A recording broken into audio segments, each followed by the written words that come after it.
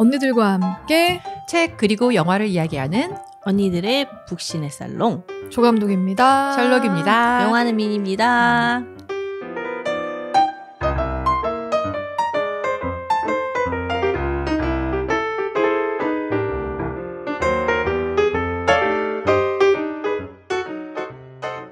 지리산 미니님은 같이 못 갔는데 저희 지리산 잘 다녀왔고요. 종아리 괜찮으세요? 아유, 술을 하도 마셔서 진짜 정말 제가 원래 내려오더라. 조정뱅이는 아닌데 아유, 조정뱅이. 왠지 그날은 좀 마시고 싶었어. 잘 다녀왔는데 봄도 이제 지나가고 있잖아요. 아직 물론 5월 한 달 남아있긴 하지만 이제는 진짜 여름과 겨울밖에 없어서 우리나라 대한민국에. 그래서 지금 빨리 아직 날씨가 좋을 때 많이 즐기셨으면 좋겠고 그리고 제가 뒤늦게서야 피지컬 100을 보기 시작해가지고 혹시 두 분은 보셨어요? 아니요. 아니 못 봤어요. 그래요? 넷플릭스 오리지널인데 와 이거 저는 약간 그게 어차피 뭐 몸 좋은 사람들 힘센 사람들이 이기는 프로그램이겠지 하고서는 화제가 됐을 때도 안 봤거든요. 근데 제가 이제 지리산 갔다 와가지고 몸을 좀 만들고 싶다. 나 좀 자극받고 싶다. 그래가지고 넷플릭스 오리지널로 떠있는 그 프로그램을 한번 보기 시작했는데 와 이게 서사가 있더라고요. 이게 물론 힘으로 근력으로 이렇게 대결하는 뭐 경기도 있지만 팀전으로 대결을 하기도 하고 그리고 꼭 근력이 아니라 이게 두뇌 싸움으로 약간 뭐 머리를 좀 잘 굴려가지고 왔다 갔다 하면서 뭔가를 이루어야 되는 것도 있고 그리고 매달리기 오래 매달리는 그런 뭐 경기도 있는 거예요. 시합도 있는 거예요. 근데 그거는 꼭 힘이 세다고 다 되는 건 아니니까 나름의 노하우도 필요하고 정신력도 굉장히 중요한 것 같고 그러다 보니까 뭔가 이기지 못할 것 같은 사람들이 이기기도 하고 그리고 당연히 남녀 싸움에서는 여성이 질 거라고 생각했는데 여성이 또 승리를 하기도 하고 팀전으로 했을 때 그래서 이거 피지컬 100 내가 생각했던 서사가 아니네. 이거 괜찮은 서사인데 굉장히 흥미로워가지고 아직 절반밖에 못 봤거든요. 근데 나머지 절반을 빨리 보고 이 결말을 공유하고 싶다. 아니 저는 사실 그 기사를 본 적 있어요. 그게 이제 남녀 구분 없이 그냥 며칠을 남녀를 같이 시켜놨길래 아니 무슨 이런 험악한 프로그램이 그래서 안 봤거든요 저도. 아니 남녀의 생물학적인 차이가 있는데 이거 좀 아니지 않나라 싶었는데 저도 이제 직업 특성상 외국에서 애들이 이제 넷플릭스에서 프로그램 보고 나면은 그 프로에 대한 문의를 되게 많이 해요. 그리고 약간 캐릭터에 대한 것도 많이 물어보는데 거기 뭐 윤성빈이라고 되게 인기가 많더라고요. 선수. 네. 그리고 외국인 친구들이 굉장히 좋아하더라고요. 네, 금메달리스트니까. 제가 사실 그거 못 봐갖고 제가 얘기한 게 나는 사실 그런 종류의 프로그램을 좋아하지 않아라고 했는데 지금 말씀 듣고 나니까 확실히 인기가 전 세계적으로 인기 있는 프로그램들은 다 이유가 있는 것 같아요. 이유가 있어요. 네, 서사가 있습니다. 그 외국에서 인기가 정말 많다고 하더라고요. 네. 그 프로그램. 그러니까 진짜 이제는 내 취향이 아니라는 핑계를 대기 전에 한번 보긴 해야 될 것 같아요. 정말 인기가 많으면은. 저는 1화는 보긴 봤는데 1화 내내 자기소개만 하잖아. 그리고 천장에 매달려 있거든요. 내가 남이 천장에 왜 이걸 왜 보고 있어야 되지 이래서 전 딱 껐는데 그 이후부터 재밌어지나. 그게 무슨 말이에요? 천장에 매달려 있다는 게? 오래 매달리기. 그걸 하면서 소개를 하는 거예요? 아니요, 소개하고 나서 그 다음에 100명이 출연을 하는데 거기에서 이제 순위를 매겨가지고 이제 대결을 시키려고 그래서 천장에 매달리는 것부터 시작하는 거예요. 근데 되게 흥미로운 게 두 조로 나눠서 게임을 하거든요. 25명, 25명씩. 이제 50명씩.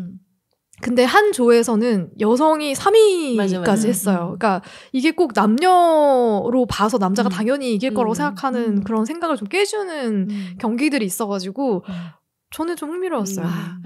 감독님이 약간 좀 피지컬한 파이트에 좀 빠지셨다면 그치. 전 최근에 약간 최근에 시작한 프로그램이에요. 혓바닥 종합 격투기라고.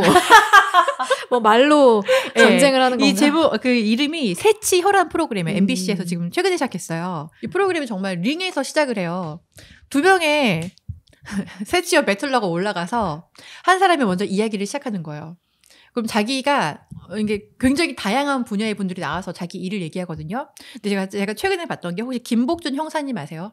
알아요. 그 형사님이 예전에 자기 수사했던 얘기를 시작하시면서 82년도 이렇게 한창 수사 현장에 진행할 때 그 얘기를 시작하시는데 이 프로그램 묘미가 뭐냐면 가장 결정적일 때 토크를 딱 멈춰요. 제가 후배한테 이렇게 얘기했습니다. 그런데 그게 앉아있는 이제 패널들과 방청객들이 너무 궁금한 거야. 그러고 잠깐 쉬고 다른 쪽 이제 출전자가 자기 얘기를 또 시작하는 거죠. 자기 얘기를 또 시작하면은 또 그 출전자도 이제 자기가 결정적인 순간에 딱 멈춰요.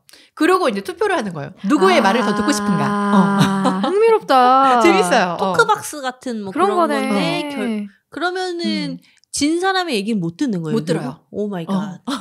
근데 그 진 사람의 얘기도 굉장히 흥미로워서 너무 사실은 이게 다 말씀을 잘하시는 분들이 올라오니까 이야기도 너무 재밌고 가끔 생각해보지 못한 약간 뭐 AI 시대, 챗 GPT 이런 얘기도 사실 많이 꺼내주시고 접근도 되게 다양해요. 이야기에 대한. 그래서 좀 저는 요즘에 이 프로그램에 좀 빠져서 지내고 있어. 혓바닥 종합 격투기. 새치혀. 그래요? 알겠네. 혓바닥이 아니었어요? 프로그램 제목이 새치혀. 혓바닥 종합 격투기 새치혀. 새치혀라고 치면 나오겠네요. 저는 애플 TV에 테드 레소라는 그 드라마가 있는데 그게 그 미식축구랑 사실 잉글랜드 그 풋볼이랑은 다르잖아요. 근데 그 미식축구 감독이 영국으로 넘어가서 풋볼 감독이 되는 내용이에요. 그 약간 그 1부 리그는 아니고 그 프리미어 리그는 아니고 좀 하위 리그에 가서 거기서 감독이 돼서 이제 프리미어 리그로 승격이 되면서 거기서 이제 일어나는 일인데 이 테드 레소라는 그 감독 이름인데 이 캐릭터가 굉장히 뭐랄까 너무 따뜻하고 되게 휴머니스트고 테드 레소. 네, 이 캐릭터가 하는 행동을 보면서 굉장히 힐링을 받을 수 있는 그래서 이게 지금 시즌 3가 얼마 전에 바로 며칠 전에 나왔는데 제가 시즌 1, 2를 여행을 하면서 보면서 엄청난 힐링을 받았었거든요. 근데 이게 축구를 모르셔도 볼 수 있는 게 감독도 축구의 룰을 몰라요. 그래요? 감독도 미식축구를 하았기 때문에 이 축구의 룰을 몰라서 그냥 축구의 룰을 몰라도 보실 수 있고 이 각각 나오는 캐릭터들이 너무나 다 따뜻하고 나쁜 사람 하나 없이 어떻게 이렇게 드라마가 따뜻하게 진행될 수가 있지라고 이렇게 그리고 너무나 웃기고 재밌어서 저는 강추하는 드라마입니다. 애플 TV에서 보실 수 있고 그리고 또 이제 랑님과 제가 너무나 사랑에 맞지 않는 엘리 맥빌도 제가 맞아요. 디즈니 플러스에서 다시 보고 있는데 제가 제 기억에 로다주가 되게 빨리 나왔던 것 같은데 시즌 3까지 봤는데도 아직도 안 나오더라고요. 되게 후반에 나와요. 그러니까 제 기억엔 굉장히 빨리 나왔던 것 같은데 그리고 지금 시즌 4에서 이제 나와가지고 이제 막 꽁냥꽁냥 하고 있고 요즘은 이렇게 2개 보고 있습니다. 요즘 볼만한 게 또 다시 넘쳐나기 시작하고 있다. 그러니까 언니들 시간 되실 때 이것저것 많이 좀 챙겨보셨으면 좋겠고요.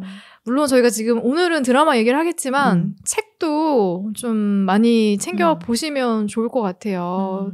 저희 모임에서 얼마 전에 데미안을 했었는데 다들 많이 읽으시면서 내가 이거를 중간에 읽다가 그만두고 스탑하고 또 잊어버리고 이제 이랬던 경험들이 많더라고요. 그렇기 때문에 저희의 방송을 들으시면서 만약에 밀어놨던 책이 있다 그러면 밀어놨던 드라마나 영화가 있다 그러면 저희 방송 들으시기 전에 보고 오시면 정말 좋지 않을까. 이게 또 동기가 되지 않을까 싶습니다. 많이들 챙겨보세요. 약간의 강제성은 필요합니다. 네.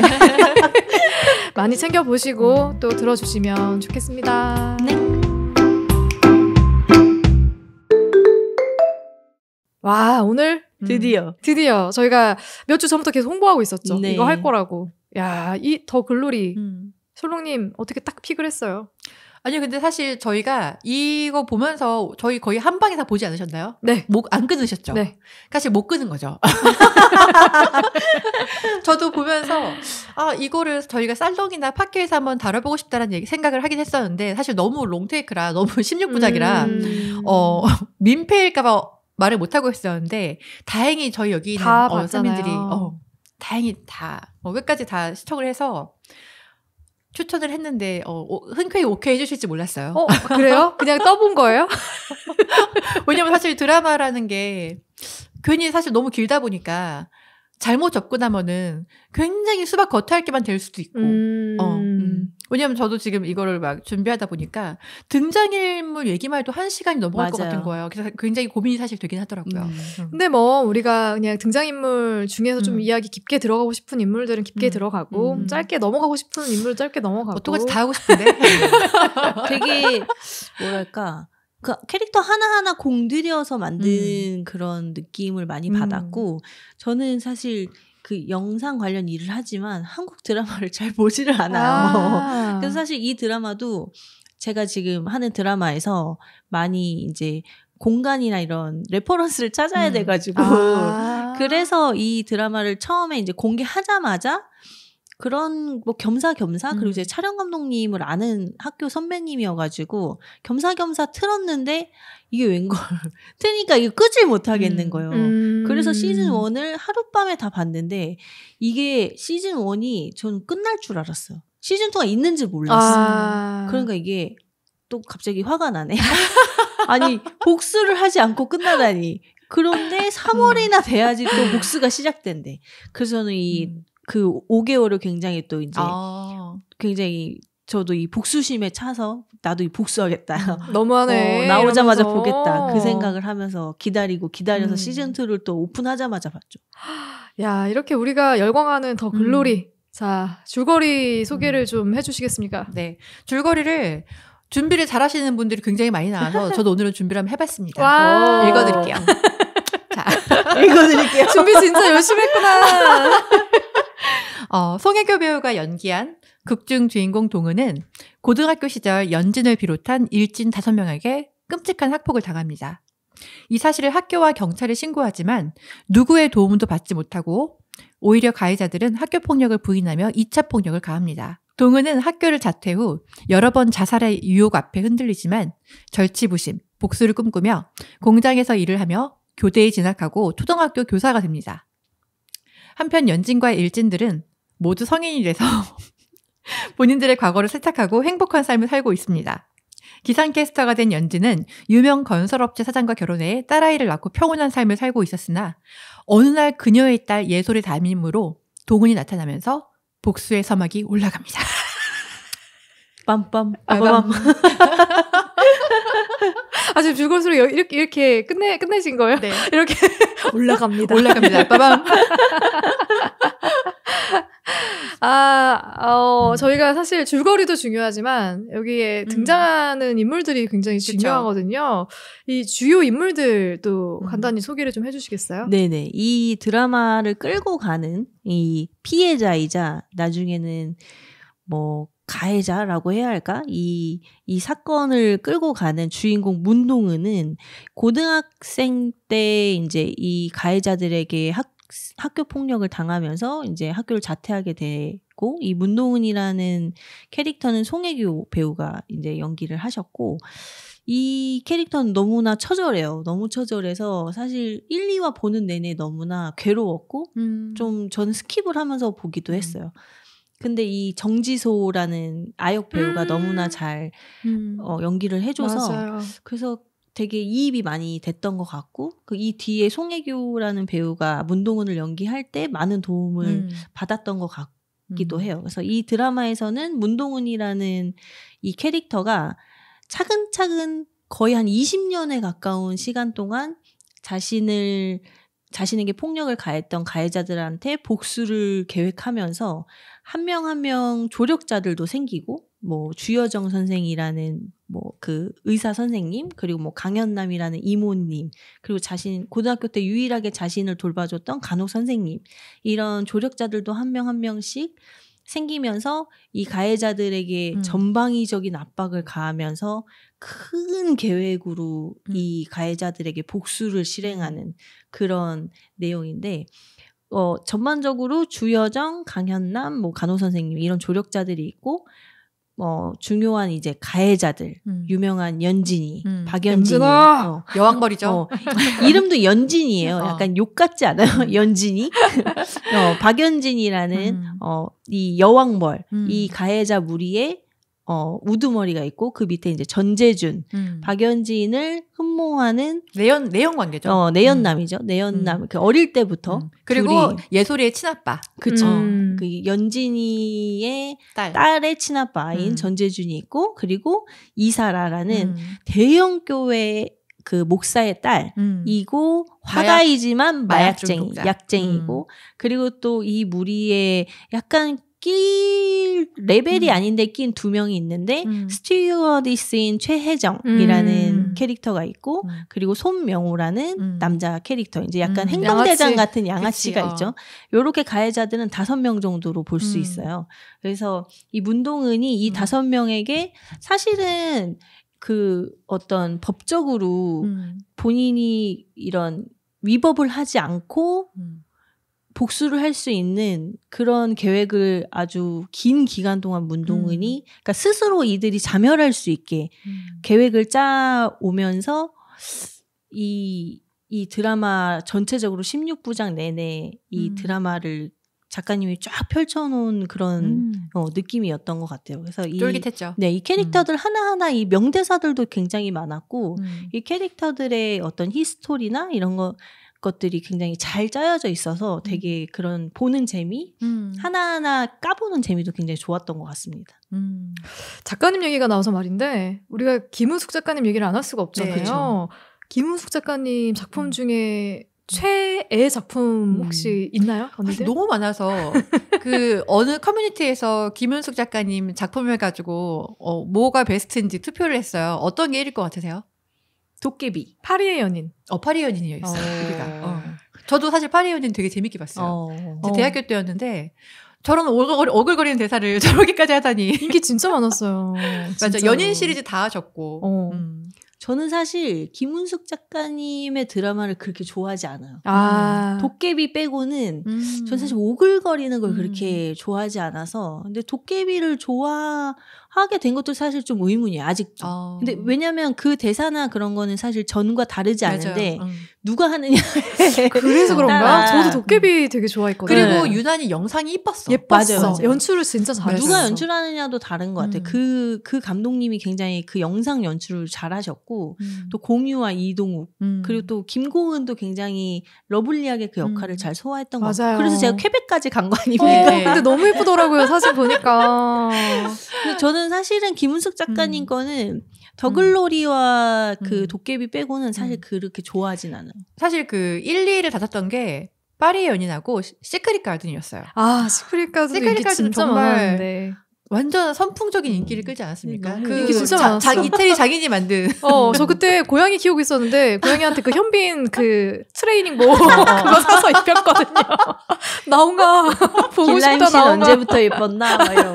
그거랑 커피 거품 키스 막 이런 것도 유행했었고. 상속자들도 막 나 너 좋아하냐 막 이런. 근데 김은숙 작가님이 점점 이제 나이가 들어가시면서 조금 성숙해지면서 이 대사들이 녹익고 그래서 그런가? 그래서 더글로리 그러니까 도깨비도 사실 한 5, 6년 전이잖아요.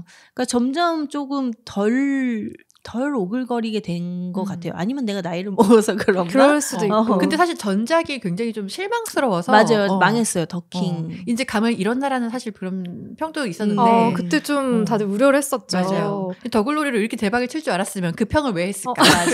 맞아. 정말 대박난 드라마. 맞아요. 주변에 더글로리 안 본 사람들이 거의 없어요. 시즌2가 오픈했을 때 넷플릭스 서버가 거의 다운이 됐을 정도였다고 하더라고요. 진짜 인기가 많았구나. 근데 한편 이게 평이 아시아권에서는 굉장히 호평이 많은데 영국이나 유럽 국가나 미국은 사실 그러니까 학교의 학폭에 대한 또 관점도 너무 다르고 문화도 달라서 이해를 사실 못하겠다는 분위기도 굉장히 예를 많아요. 들면 너무 과하다? 그러니까 영국이나 미국 같은 경우는 학폭이 발생했을 때 이 리포트 체계가 굉장히 잘 돼 있어요. 그런데 저렇게 해야 되는 것과의 개연성을 사실 연기를 못하는 거죠. 그러니까 좀 반응이 저렇게까지? 그냥 드라마라서 자기적인 거 아닌가라고 생각하는 거죠. 그러니까 공감을 못하는 거죠. 근데 외국도 왕따도 많고 걔네는 바로 그냥 총기 난사 해버리는 거 아니에요? 그치 이렇게 20년을 준비하진 않지. 그러니까 아시아인들의 그런 참을성을 이해를 못하는구나. 그리고 우리의 한. 그치 한을 잘 이해 못하는 거지. 여자의 한. 자, 우리 이제 캐릭터 얘기로 좀 넘어가 볼 텐데 문동은 역의 송혜교 배우, 그다음에 주여정 역의 이도현, 박연진 역의 임지연, 강연남 역의 염혜란, 전재준 역의 박성훈, 하도영 역의 정성일, 이사라 역의 김희열아, 최혜정 역의 차주영, 손명호 역의 김건우까지, 물론 예솔이도 있습니다만 맞아요. 아역들도 있고요. 자, 언니들의 원픽 캐릭터. 너무 힘들어 진짜. 너무 힘들어. 싱크로율까지도 같이 얘기해 주시면 좋을 것 저 같아요. 마지막에 하면 안 될까요? 아, 너무 힘들어서. 그럼 제가 먼저 할게요. 저는 이모님. 이모님 맞아. 저는 강현남 이모님이 제일 좋은 게 첫 대사부터 되게 좋았던 것 같아요. 이모님이 나는 매맞지만 명량한 년이에요 이러는 거예요. 근데 제가 여기서 약간 동질감을 느꼈던 게 제가 약간 아무리 힘든 상황에서도 좀 명량하려고 제가 어떤 그 딱 특정 단어를 찾지는 못했는데 좀 명량하려고 노력하는 것 같은 느낌이 들거든요. 그래서 약간 동질감을 느꼈어요. 그냥 아무리 힘든 상황이어도 좀 즐기면 안 되나? 좀 즐거우면 안 되나? 좀 웃으면 안 되나? 그러니까 힘든 상황에서도 힘들다고 계속 그냥 힘들어만 하면 그럼 힘들잖아. 뭐 내가 지금 맞고 뭐 아무리 상황이 안 좋아도 그렇다고 계속 그럼 울어? 계속 울고만 있어? 저도 약간 그런 마인드거든요. 그래서 이 강연남 이모님한테 좀 이입을 했었고 그리고 이 이모님이 너무 러블리한 거예요. 너무 사랑스러워. 너무 굉장히 다운해 있고 너무나 그 회색빛의 문동은에게 자꾸 색깔을 넣어주려고 하는 것 같은 계란 꼭 가져와가지고 너무나 사랑스러운 이 이모님이 저는 계속 뭐랄까 이 드라마의 어떤 감초 같은 너무나 오히려 주여정보다 더 둘이 케미가 훨씬 좋았던 것 같아요. 주여정은 약간 억지스러운 케미스트리였다면 그 둘은 정말 자연스러운 케미스트리였던 것 같아서 저는 강연남 이모님이 제일 좋았어요. 생각해보면은 문동은이 제일 처음으로 극 중에서 웃게 되는 장면도 현남 이모님 때문이거든요. 맞아요. 그리고 저는 염혜란 배우님 정말 존경합니다. 맞아요. 맞습니다. 정말 존경스러운 게 어쩜 이렇게 연기를 어떤 배역을 맡건 간에 동백꽃 필 무렵에서도 연기 저 되게 잘한다고 생각했고 되게 이지적인 연기 맞아요. 했었잖아요. 근데 그런 것도 잘 어울리고 그 뒤에 나오는 여러 드라마 영화에서도 어떤 역할을 맡건 간에 그거를 자기만의 색깔로 소화를 정말 잘하는데 저의 가장 베스트 씬이 사실은 이 염혜란 배우가 연기했던 현남이가 남편의 죽음을 목도하고 나서 저도요. 오, 병원에서 정말 베스트 씬인데 그 표정 하나로 자신의 감정을 다 표현하잖아요. 맞아요. 병원에서 뿌릴 때도 마찬가지. 왜냐면 정말 그게 원하는 일이었잖아요. 근데 마냥 행복할 수 없거든. 근데 그게 정말 너무 표현을 잘해서 눈물이 났어. 맞아. 그러니까 우리 술자리에서도 야 연기 정말 쩔었다 그런 얘기 했잖아요. 찢었다. 그 씬. 쩔었다. 찢었다. 너무 멋있는 배우여서 저도 그래서 사실 염혜란 배우가 연기했던 강영남 역할이 정말 싱크로율 100%였다라는 생각하면서 봤고 저는 개인적으로 그렇게 주목받지는 못했던 것 같은데 하도영 역을 맡은 정성일 배우의 연기도 주목 엄청 받지 많이 않았어요? 받았으니까 아니 뭐 안경 벗은 유재석이라고 했는데 그래요? 유퀴즈에도 나왔어요. 아니 왠지 연진이 얘기할 것 같아서 사실 셜록님이 그래서 한 바퀴 돌았어요. 처음에 연진이를 할까? 아니야 손명호를 할까? 아니 혜정이를 할까? 그래서 하도영으로 사실 정해놨다가 괜히 강연남하고 왔다 갔다 하고 있었거든요. 아 그랬구나. 그럼 뭐 연진이죠. 저의 베스트 원픽은 연진이죠. 저는 진짜 미쳤다고 생각했거든요. 임지연 배우가 연기를 너무 잘하고 그리고 제가 임지연 배우를 드라마에서도 보고 영화에서도 봤었는데 이렇게 연기를 잘하는 배우였나? 그런 생각 들어가지고 더 글로리가 그렇게 만들어준 건지 아니면 혹시 원래 이런 표독스러운 면이 배우에게 있는 건가? 이렇게 의심이 될 정도로 연기를 너무 잘했잖아요. 그리고 시작부터 끝까지 미친년이잖아요. 근데 그 미친년 연기를 사실 물론 과하다고 느끼시는 분들이 있을 수 있지만 저는 그 정도의 과함으로 적당히 정말 잘 절제하면서 연기를 했다고 생각하거든요. 표정, 말투, 걸음걸이 그런 것들이 정말 딱 박연진이었다. 임지연 배우가 연기하는 박연진이 정말 이 이상의 연진이가 나올 수 있을까 싶을 정도로 되게 좋았고 그리고 생각보다 되게 어린 배우여서 그것도 좀 놀랐던 것 같아요. 여기서 송혜교 배우랑 동갑으로 나오잖아요. 그래서 저는 30대 뭐 후반쯤 됐나 나이가? 벌써 그렇게 됐나? 데뷔한 지 그렇게 됐나 했는데 아직 어리더라고요. 거의 10살 차이 날 거예요. 그쵸. 맞아요. 근데 그걸 대등하게 서로 이렇게 맞아요. 붙어서 연기했다는 것도 연진이. 난 연진이가 맞아. 되게 훌륭했다 생각합니다. 연진이 정말 브라보. 브라보! 연진이 정말 너무 잘했어요. 아니 사실 송혜교 배우도 연기 너무 잘했지만 연진이 못 이기는 것 같아요. 연진이 너무 잘해서 너무 잘했어. 진짜. 아니, 원래도 사실 연기를 잘하는 건 알고 있었는데 사실 좀 악역을 맡은 게 이번에 처음이잖아요. 근데 악역 전문으로 될 것 같아요. 너무 왠지 잘해요. 그런 배역 진짜 많이 들어올 것 같아요. 벌써 작품을 2개나 동시에 하고 있더라고요. 현재? 네, 현재. 저는 하도역을 언급했지만 저의 최종 픽은 혜정이로 꼽았어요. 왜냐면 짠하지, 또. 혜정이 사실 아까 잠깐 설명해 주셨지만 그 무리는 다 일진들 무리는 다 잘 살아요. 다 금수저고 그냥 가진 자가 그냥 못 가진 자를 그냥 약간 좀 가해하는 그런 구조인데 이 둘 최혜정하고 손명호는 얘들도 사실은 흑수저예요. 맞아. 혜정이는 세탁소집 딸인데 승무원이 되죠. 거기서 이제 세탁소에 옷을 맡기는 사람들 거 막 입고 가슴 수술하고 그냥 이게 좀 사치스럽고 저들과 친구들과 함께 동급이 되고 싶은 어떤 그런 막 욕망을 갖고 있어요. 그리고 재준이를 좋아하면서 쟤를 꼬셔서 쟤와 동급이 돼야지라는 생각을 하는 것 같아.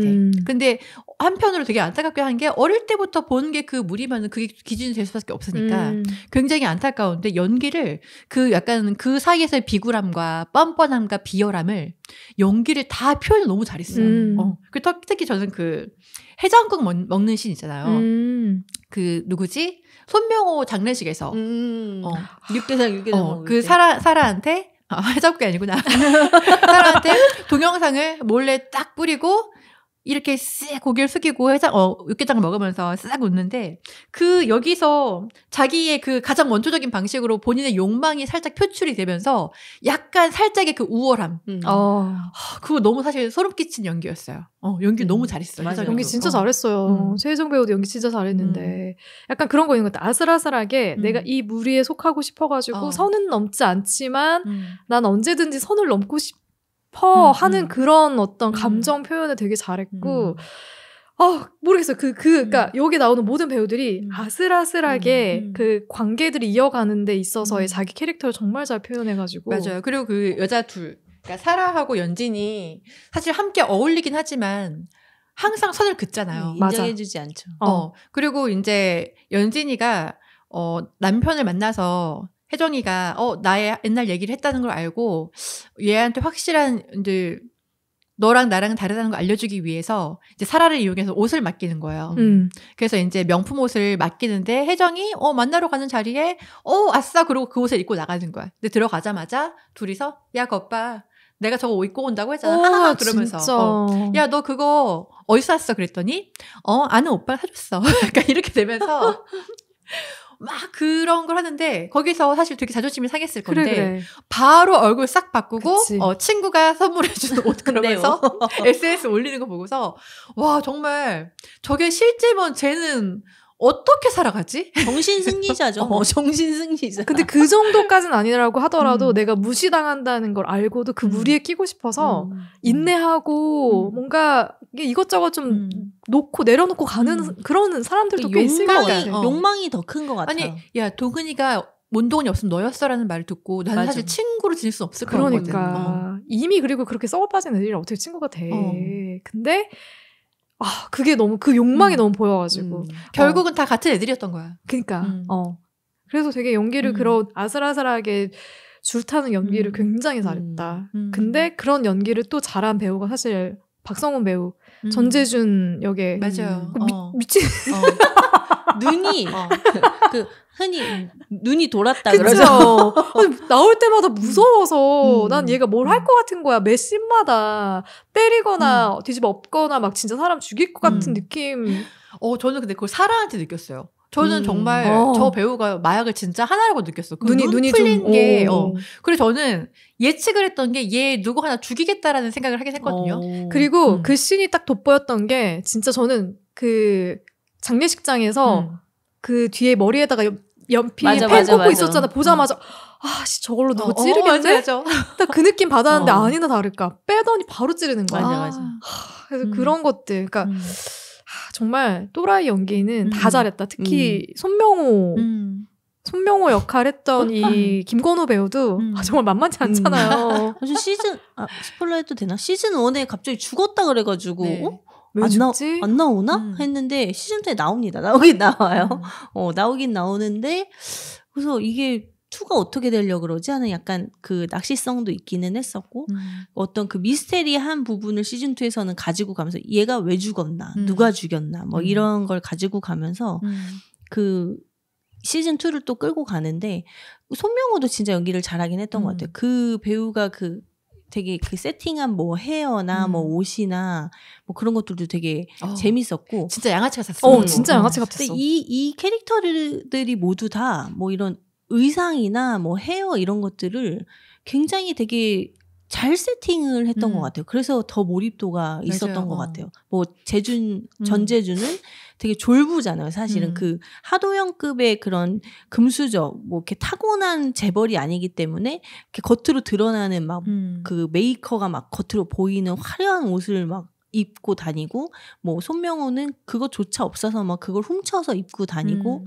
뭐 혜정이는 손님이 맡긴 옷이나 뭐 연진이나 사라가 주는 옷을 입고 다니고, 정작 연진이나 뭐 사라는 진짜 부자들은 그런 뭐 메이커가 보이지 않는 옷을 입고 다니고 뭐 이런 것들을 굉장히 잘 배치해서 세팅을 하지 않았나. 그래서 그런 기본적인 연출들도 굉장히 좋았던 것 같아요. 그럼 언니들의 가장 베스트 씬은 뭐예요? 저는 아까 언급하셨던 그 현남이 그 병원에서 남편 죽은 거 확인하고 우르르 무너져서 앉았을 때 그 묘한 감정을 터뜨리는 약간 그 우리 가장 기억에 남긴 남고 되게 많은데 광팬이시네, 광팬.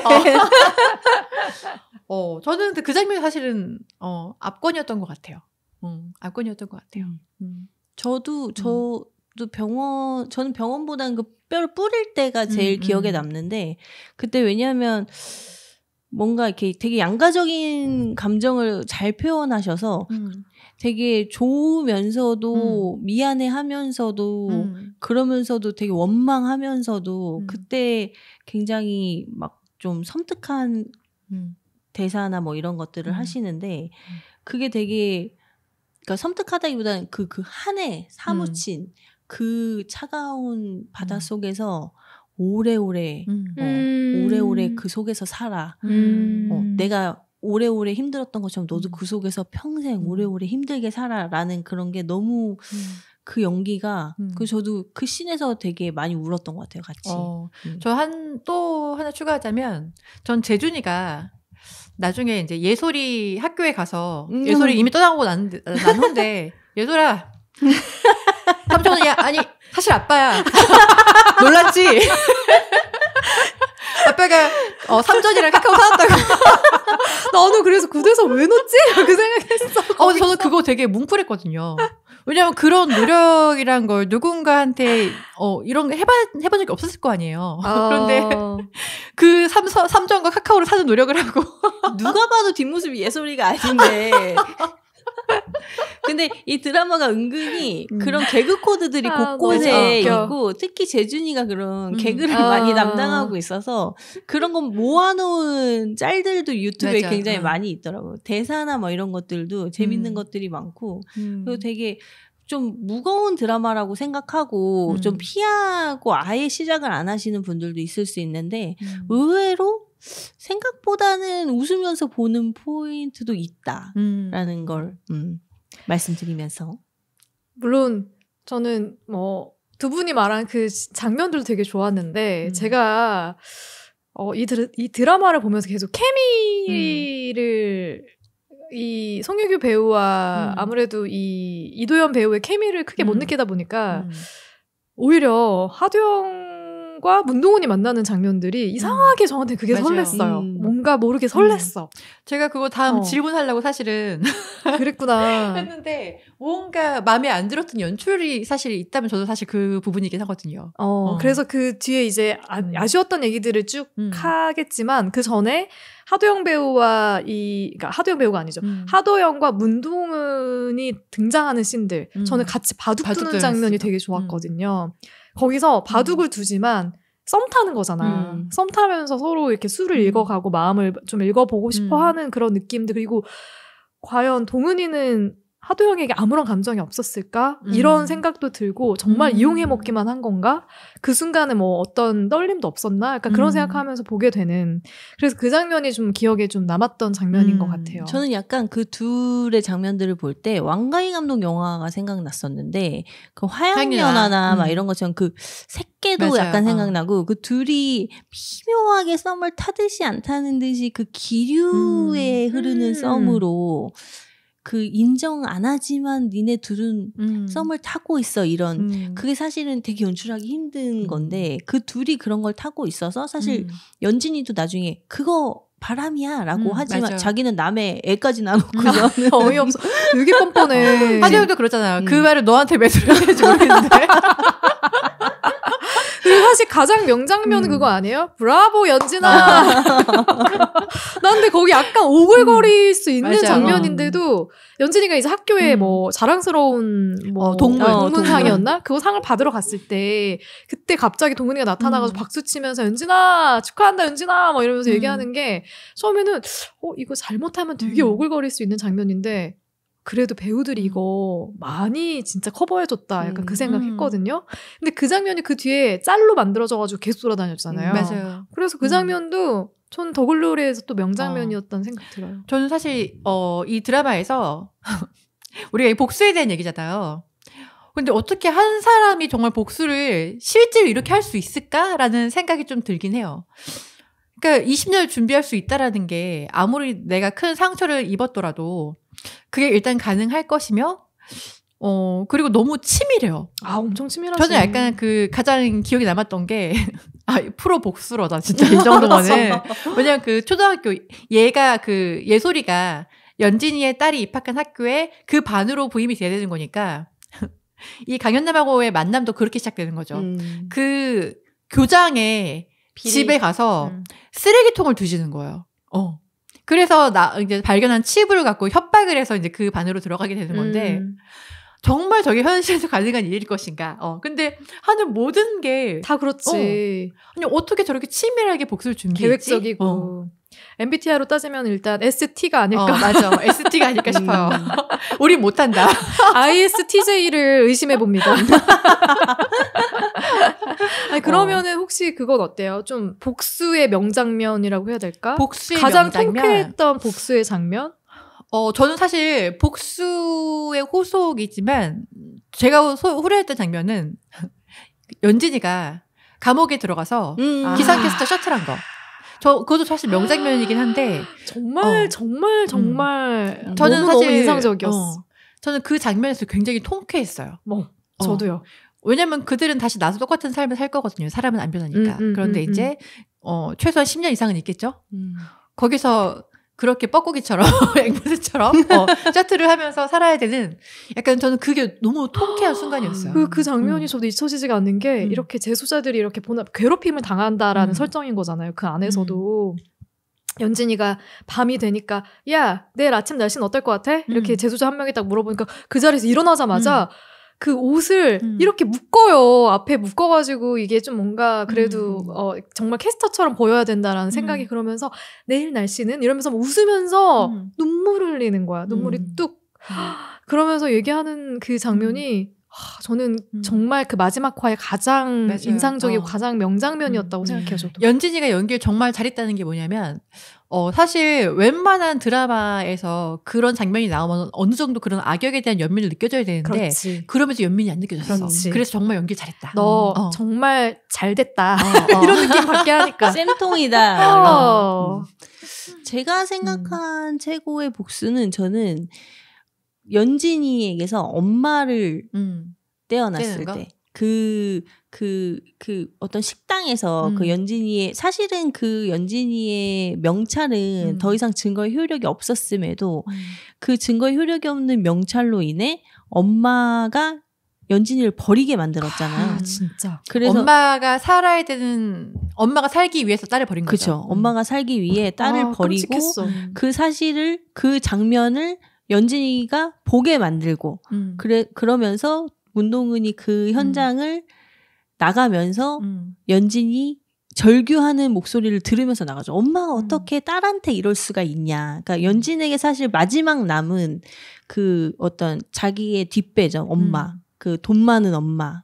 집안, 배경. 사실 그게 자기가 이렇게 행동할 수 있는 유일한 배경이었잖아요. 그게 이제 없어져 버리니까 남편도 없고 이제 아무것도 없이 자기 혼자 남았는데 기상캐스터 뭐 직업도 없어. 아무것도 없어. 남편도 없이 이제 정말 바닥을 치는구나.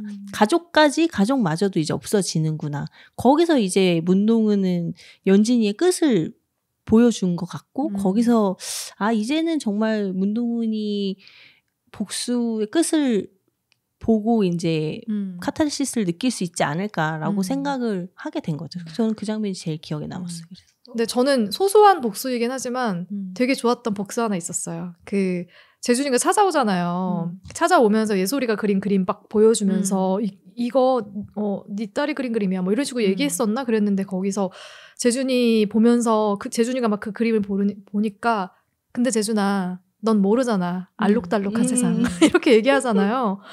그게 너무 통쾌했어. 그러니까 얘가 재준이한테 할 수 있는 복수가 뭐 힘으로 이길 수 있는 것도 아니고 근데 얘가 가지고 있는 치명적인 단점? 그걸 딱 들춰내서 그 대사 한마디로 얘가 벙찌게 만드는 그 소소한 복수도 되게 저는 인상적이었어요. 전 재준이가 마음에 들었던 씬이 한 씬 있었어요. 그 단발머리 선생님 주먹질하면서 나는 합의 없어 이 새끼야. 나도 거기 되게 통쾌했어. 그렇게 맞아. 복수하는 것도 되게 좋은 방식이었던 것 같아서 되게 좋았고 그러면 우리가 또 좋은 얘기 많이 했으니까 아쉬웠던 얘기 아쉬웠던 부분 전 사실 딱 하나예요. 이 주여정의 역할. 이 역할이 사실 주여정도 이도현 배우가 연기했죠.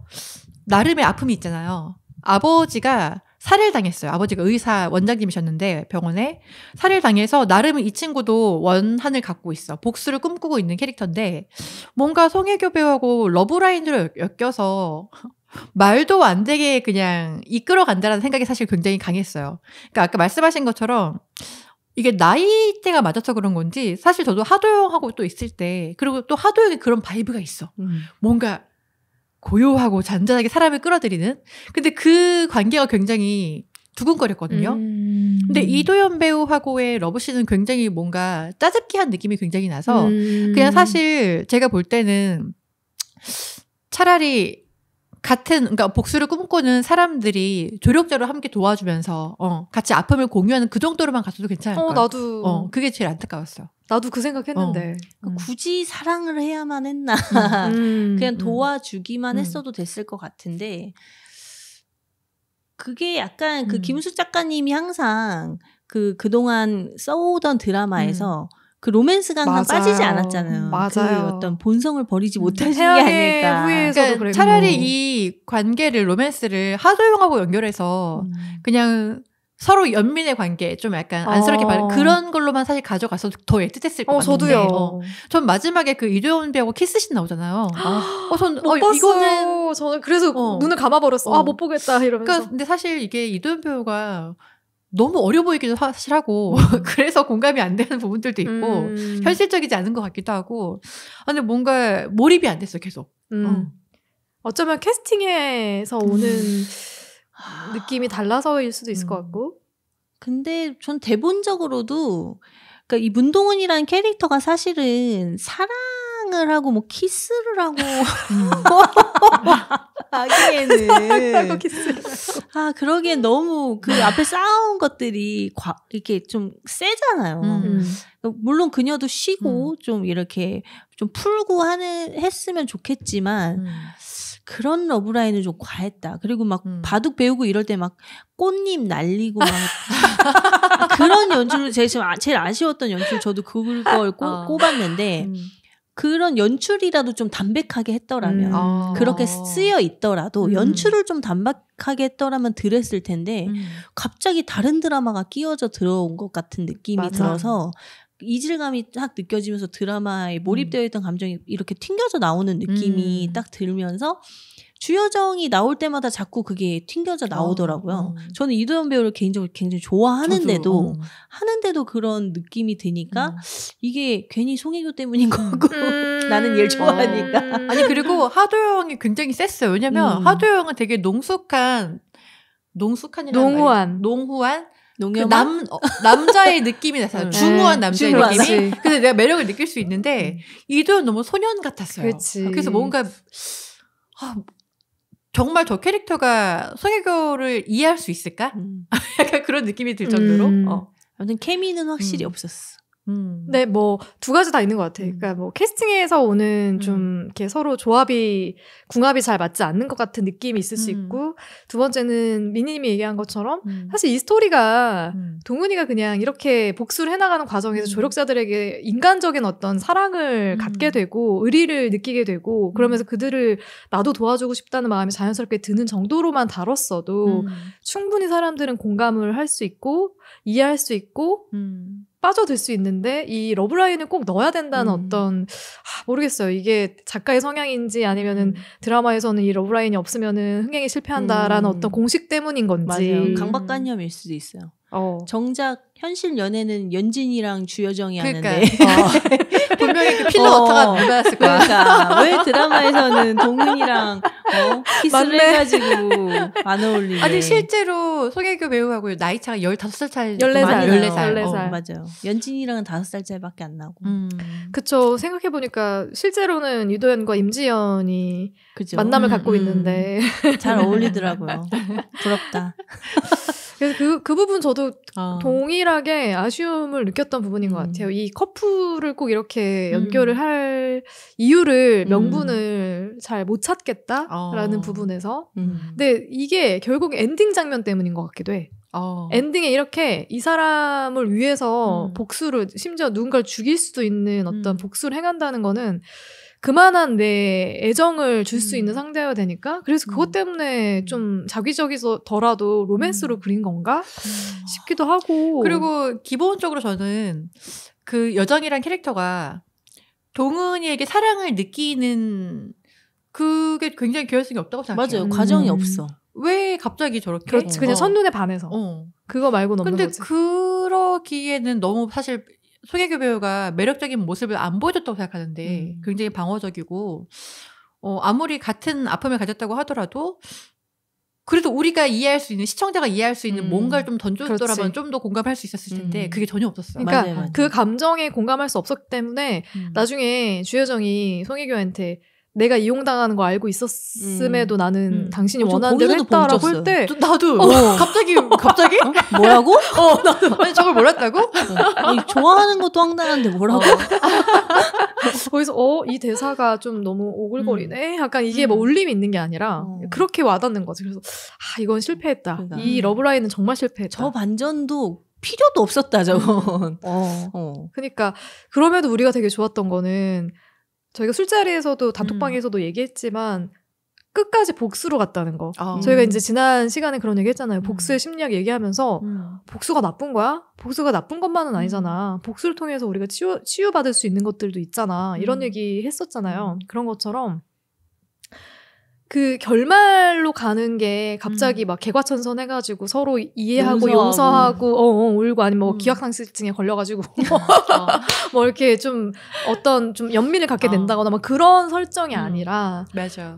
말 그대로 정말 통쾌하게 시작부터 끝까지 복수를 하고 끝났다. 그리고 마지막 장면도 남아있는 여정에 복수를 한다. 할 것이다. 하게 될 것이다로 끝났잖아요. 그러니까 이런 결말로 가는 이 스토리 라인이 되게 좋았다라는 평을 많이 받고 우리도 좋았다고 맞아요. 얘기를 그리고 했잖아요. 그리고 누가 봐도 저 여자가 왜 복수를 하려고 하는지 누가 봐도 알겠어. 저는 그 방향성도 되게 좋았다고 생각하고 한편 궁금한 게 언니들은 만약에 반에서 고등학교 때 동은이 같은 친구가 있다면 도와주셨을 것 같으세요?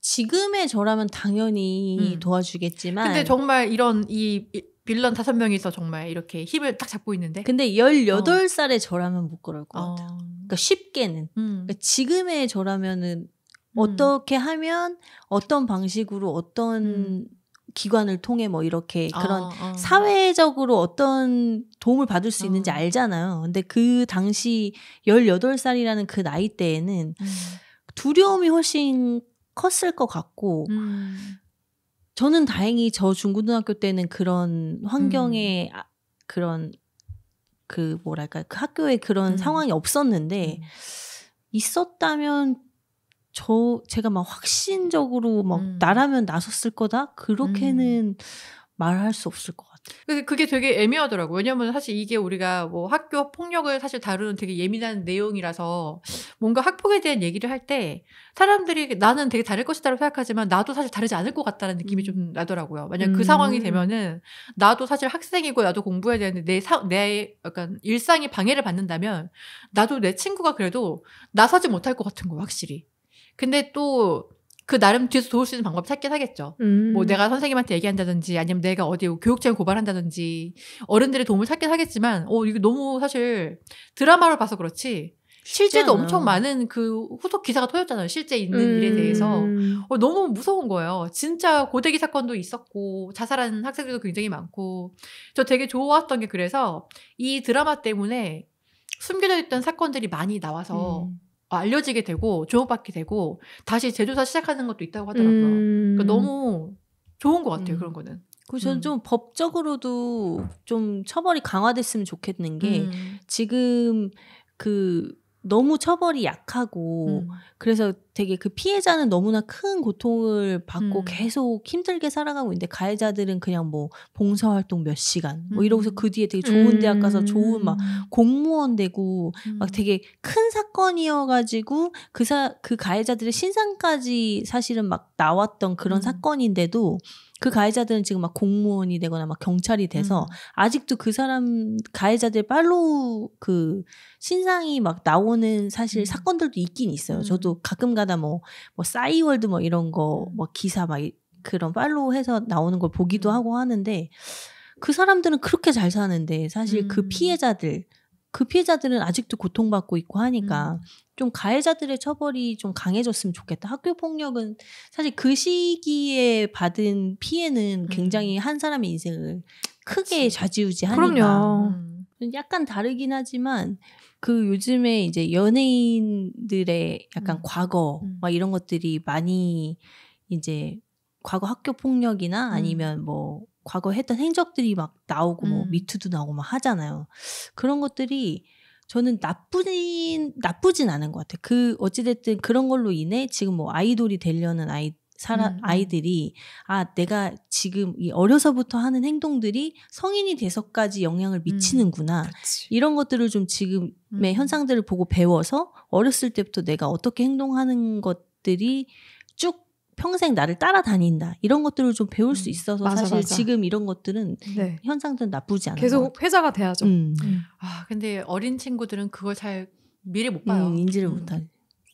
안타깝습니다. 어려운 것 같아요. 그러니까요. 그럼 철록님이 또 하나 질문 하나 남겨주셨던 게 있는데 그래서 이렇게 동은이는 이런 복수를 통해 가지고 치유를 받았을까? 저는 복수라는 그 행위 자체로는 치유받지 못했을 거라는 생각이 들어요. 왜냐면 결국은 자살하려고 하잖아요. 근데 그게 치유였다면은 저는 자살할 생각은 안 했던 것 같아요. 안 했을 것 같다고 생각을 해요. 그냥 숙제였다고 생각해요. 이 동은이의. 그래서 이제 오히려 그걸로는 사실 치유받지 못했지만 결국은 여정의 엄마가 말리잖아요. 여정을 도와달라고. 결국은 사람이고 사랑인 것 같아요. 결국 날 치유할 수 있는 거는 복수 그 자체라기보다는. 그리고 사실 20년 동안 준비해서 자기가 원하는 걸 이뤘으면은 난 지금 얘 굉장히 허탈할 것 같아요. 그죠. 이게 목표를 가지고 20년을 살았는데. 참 이따 결말에서도 얘기를 하겠지만 이게 또 끝은 아니라는 생각이 들어요. 저는 어느 정도의 치유는 있다고 보거든요. 근데 그 동은이가 자살을 하려고 했던 이유는 그게 뭐 복수를 해서 치유가 안 돼서라기보다는 저는 그 허탈함이 컸다고 생각해요. 이제 20년 동안 내가 무엇을 향해 목표를 해서 그걸 향해 달려왔는데 그게 끝났어. 그럼 이제 난 앞으로 무엇을 향해서 달려가야 하지? 그것에 대한 허탈함 때문에 였던 것 같기도 하고 또 이게 천성적으로 나쁜 아이가 아니었기 때문에 또 그 많은 사람들이 사실 자기로 인해 자기가 직접적으로 자기 손으로 죽이진 않았으나 다들 이렇게 안 좋게 됐잖아요. 그런 것들에 대한 죄책감도 없지 않아 있었을 거고 그래서 좀 그 난간에 그 옥상 난간에 쓰지 않았을까 싶기는 한데 그럼에도 불구하고 만약에 그 복수를 행하지 않았을 때의 문동은과 그 복수를 행한 다음에 난간에 쓴 문동은은 누가 더 심적으로 나았을까라고 본다면 저는 후자의 문동은이 훨씬 심적으로는 치유받은 문동은이 아닐까라는 생각이 들고 이게 너무나 막 범법을 저지르면서 막 살인과 막 사륙을 하는 그런 복수가 아니라면 저는 이 지난주에 저희가 다뤘던 복수의 심리학에서 그 정신과 의사 분이 말씀해 주셨던 것처럼 어느 정도의 복수는 뭐 마음속으로든 아니면 아주 뭐 소소한 거든 자기가 실행할 수 있는 정도의 복수는 저는 해서 치유를 받는 게 좋다고 생각을 합니다. 문동은은 치유 받았다. 어느 정도는.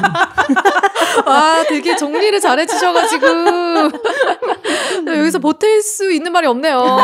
너무 공감이 되고 이제 결말에 대한 이야기 아까 잠깐 제가 꺼내긴 했었지만 드라마의 결말에 대해서는 사실 호인 언니들도 많고 저희도 다 그럴 것 같은데 결말은 또 어떻게들 보셨는지. 저는 사실 결말은 마음에 안 들어요. 그러니까 뭐 파리의 연인급은 아니지만 그러니까 뭔가 굉장히 찝찝했던 건 있어요. 그러니까 뭐냐면 결국은 회개한 사람은 한 명도 없다는 생각이 들거든요. 아, 다 죽여버려가지고? 다 죽진 않았죠. 죽은 사람도 있고 어디 뭐 감옥에 가기도 하고 했지만 스스로가 회개한 건 아니어서. 그치. 뭔가 이 내가 저질렀던 과거에 대해서 누구 하나 동은이한테 사과한 적 없고 그리고 그냥 왠지 그들은 그 결말이 지나고 몇 년 후에도 나오게 돼도 똑같이 살아갈 것 같아요. 과연 이 정도 일로 회개를 할 사람들이 과연 그런 가해를 했을까라는 생각도 들고 근데 한편 더 찝찝한 건 그게 정말 현실인 것 같고 약간 그리고 한편으로는 재준이가 되게 불쌍하긴 해요. 과연 재준이의 죽음까지 그러니까 연진이도 살아있는데 죽음까지 갈 만한 일이었을까? 약간 그런 걸 생각하면 얘는 좀 억울할 수 있겠다. 괜히 제일 부자 건드려갖고 죽은 거지 뭐. 하도형을 괜히 건드려가지고 집단이라고 건드려서 삼전이랑 카카오 사놨다 그래가지고 시멘트에 빠져 죽었어.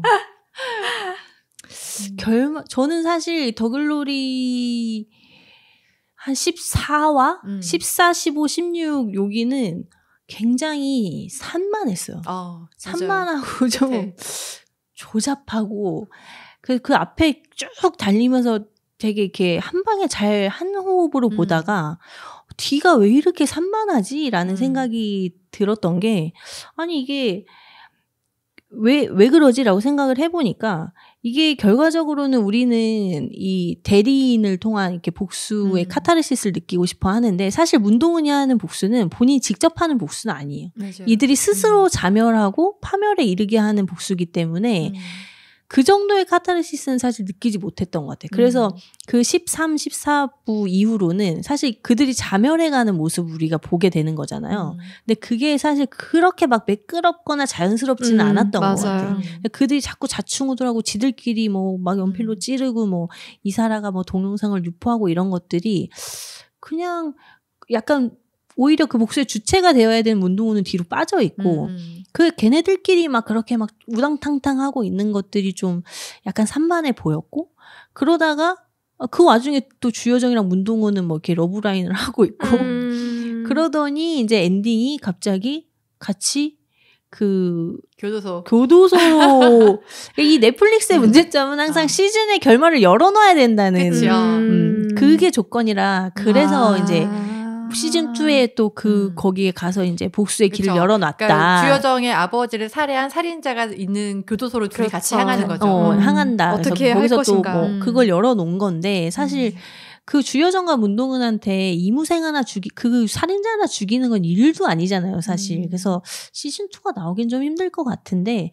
처음에 사실 그 배우가 살인자로 나왔을 때 아니 저 배우가 왜 이렇게 작은 역할에 나오지? 나도. 까메오인가? 막 이 생각을 했었는데 약간 이 시즌 2를 미끼로 시즌 3를 미끼로 미끼로 던지지 않았을까 하면 그런 생각을 해보면서 약간 저는 엔딩은 조금 무리됐었다. 이거는 조금.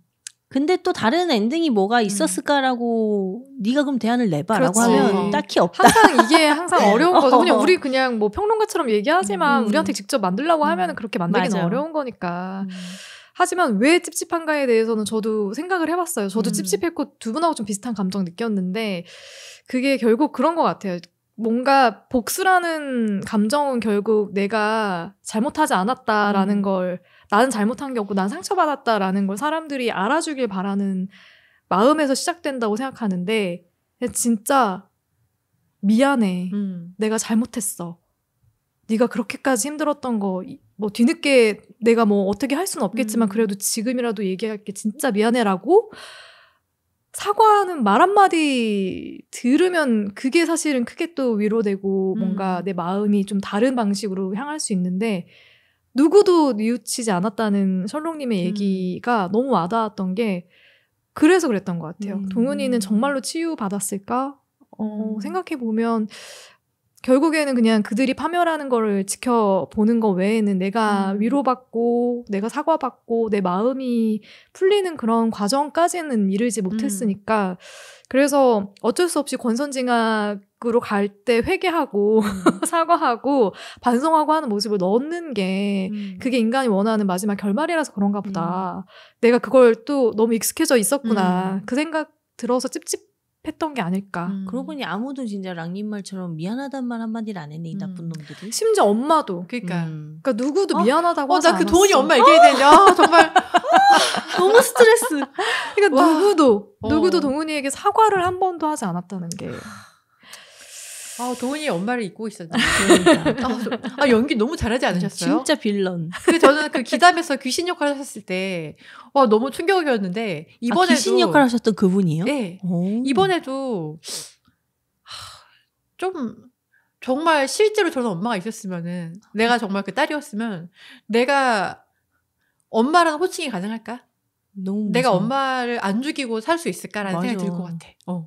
너무 진짜 악마 같은 엄마였어요. 진짜 완전 최강 빌런이었다 생각해요.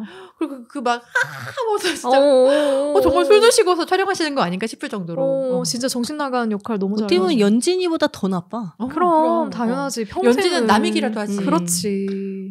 그러니까 최대 가해자는 엄마라는 얘기를 하잖아요. 연진이가 그러죠. 그래서 그런 부분에서 저희가 늘 복수를 생각하지 않게 서로 사과부터 합시다. 그러니까 서로 사과해야 돼요. 미안합니다. 진짜 누군가가 상처받았다 그러면 미안해. 이 말 한마디만 해도 일단 풀리거든요. 잠깐만 3초 쉬고 바로 얘기하면 안 돼요. 너무 진정성 없어. 미안해. 이러면 안 돼. 그럼 미안. 네, 사과하는 언니들이 됐으면 좋겠고요. 네, 그런 마음에서 오늘 더 글로리에 대한 이야기 결말까지 쭉 달려봤네요. 네. 와, 우리 처음으로 드라마 이야기 한 건데, 어떠셨어요? 굉장히 제가 사실 제안 드렸을 때, 더글로리 1, 2부로 가는 거 어때요? 라고 한번 언급을 하긴 했었거든요. 근데 사실 너무 재밌게 하긴 했지만 되게 언급 안 한 부분들도 굉장히 많은 것 같아요. 왜냐면 뭐 소품이라든지 소재라든지 하는 거에서. 명대사 이런 거. 그치. 나중에 또 저희끼리 얘기를 나눠보시죠. 더글로리 되게 제가 오랜만에 본 한국 드라마였는데 되게 뭐랄까 송혜교라는 배우에 대한 좀 새로운 느낌을 받은 것 같기도 하고 좀 이 드라마에서 새로운 배우들을 많이 봤고 김은숙 작가님에 대한 새로운 느낌도 많이 받아서 한국 드라마 좀 많이 봐야겠다 라는 생각을 했고 아무래도 넷플릭스다 보니 수위나 이런 것들이 좀 조절이 더 안 해도 돼서 제가 그렇더라고요. 지금 방송 드라마를 하다 보니까 너무 부럽더라고요. 맞아. 지금 막 칼이나 뭐 이런 게 저희가 막 나오면 안 시체 되죠. 나오고 막 이러는데 그런 거 막 다 모자이크 되고 이래야 돼서 좀 한편으로는 좀 보면서 부럽기도 했고 또 저희 드라마에도 재준이가 나오거든요. 박성훈 배우가 나오는데 저희 드라마도 망관부 이러면서 드라마 제목 한번 언급해주세요. 6회의 날 9월 방송 예정입니다. 아, 9월 얼마 안 남았네요. 네네네. 네. 얼마 안 남았나요? 그렇죠. 5개월. 5개월. 금방 가요. 왜 우린 반도 안 찍은 거지? 이 방송 들으시는 분들 더글로리 다시 한번 생각하면서 절대 우리 가해자가 되지 말고 주변에 혹시 피해자가 있다면 정말 힘이 되어주는 언니들 됐으면 좋겠다. 이런 말씀 드리고 싶고요. 그리고 5월에는 저희가 5월엔 또 5.18 광주 민주화 운동을 기념하는 또 날이 있지 않습니까? 그래서 특별한 책과 영화를 준비했습니다. 한강 작가의 소년이 온다. 그리고 영화 헌트. 네. 헌트. 잘 만들었어요. 맞아요. 네, 꽤 짜임새 잘 만든 영화여서 이 두 편을 가지고 5월에 셜록님, 미니님과 다시 한번 찾아올 거고요. 셜록님과 다음 주에 네, 또 보시죠. 네. 다음 주에 다시 만나 뵙도록 하겠습니다. 언니들 우리 곧 또 만나요.